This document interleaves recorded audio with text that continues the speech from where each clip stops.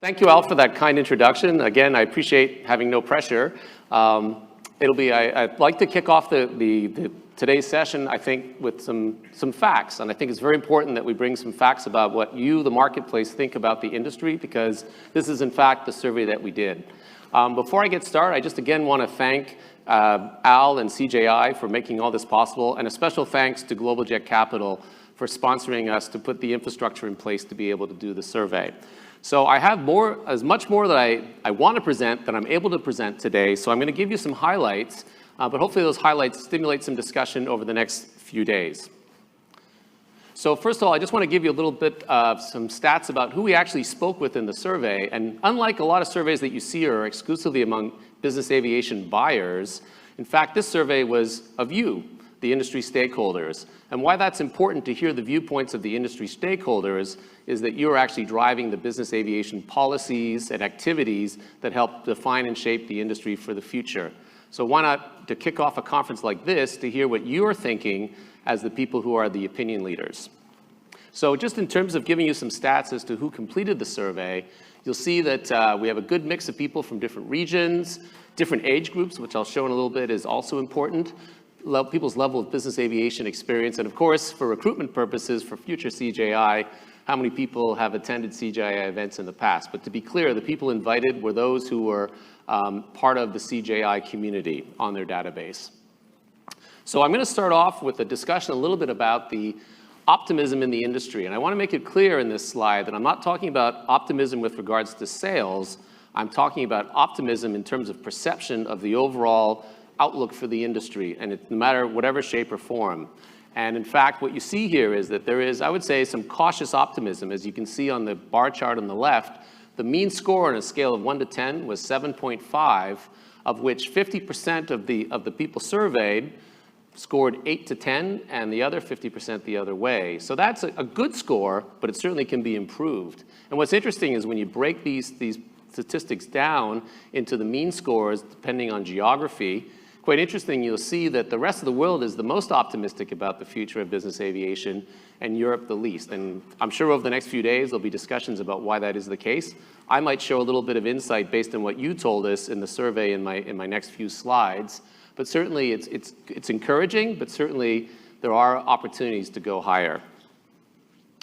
So in terms of focusing in on the specific products, what's kind of interesting is that you can see from left to right, depending on the aircraft segment, and this is really specifically about sales, about which ones do you think will overperform in terms of sale versus the industry average. And you can see it's the large aircraft that have the most kind of expectations for superior growth.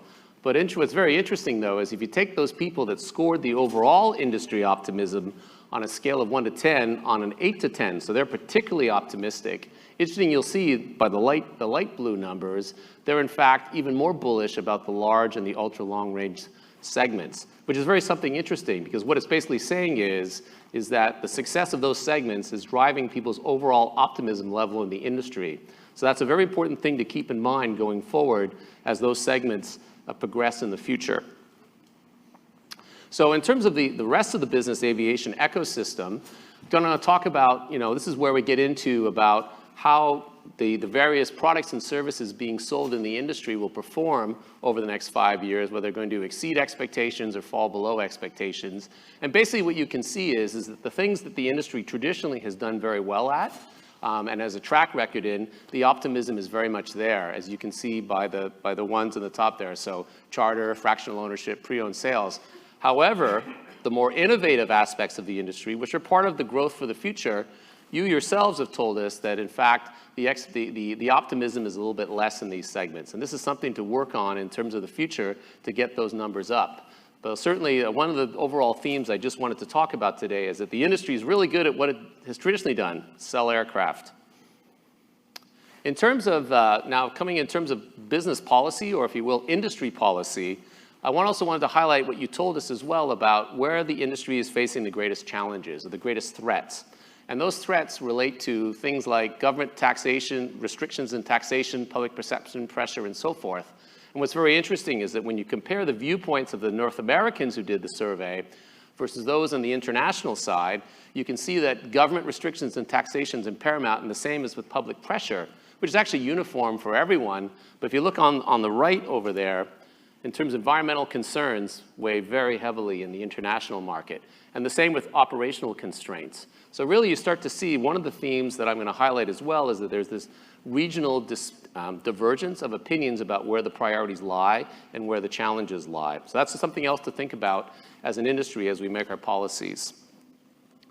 So in terms of how well the industry performs, so basically please rate the aviation industry as a whole on the following. I mean, we do a really good job about providing the right infrastructure, growing the market, attracting new users, attracting talent.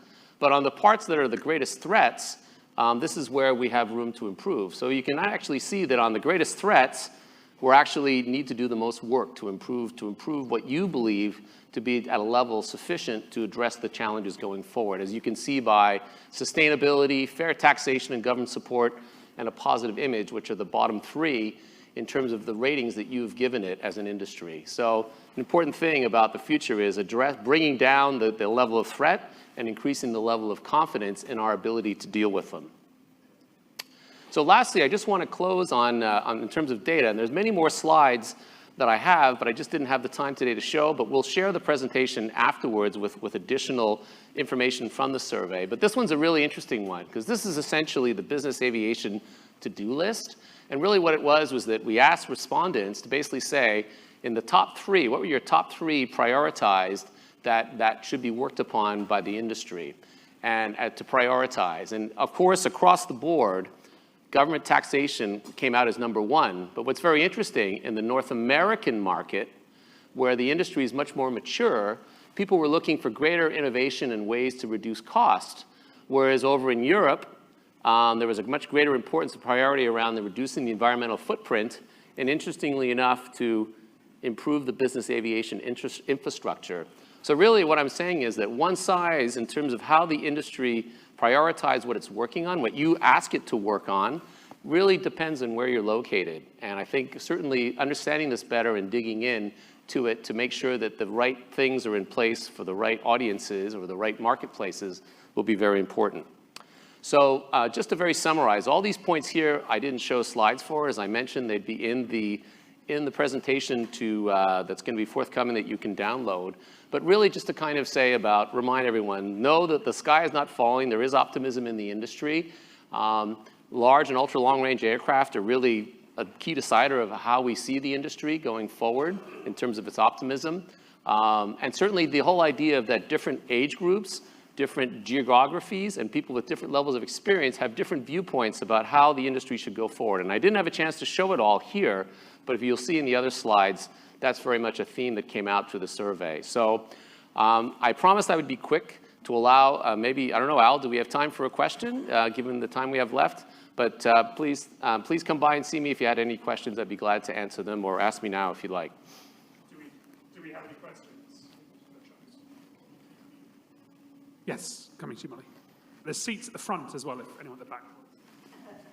Hi, just a question on the survey itself. Can you tell me how many you surveyed, how many responses, and who was your audience? Yes, so on the first slide I showed, we had 205 responses.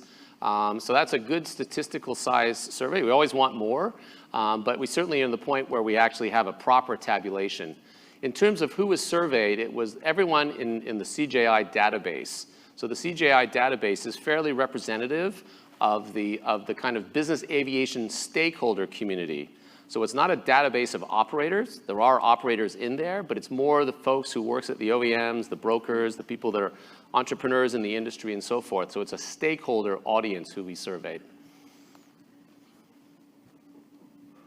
Great. Thanks very much, Charles. That was brilliant. Thank you. Thank you.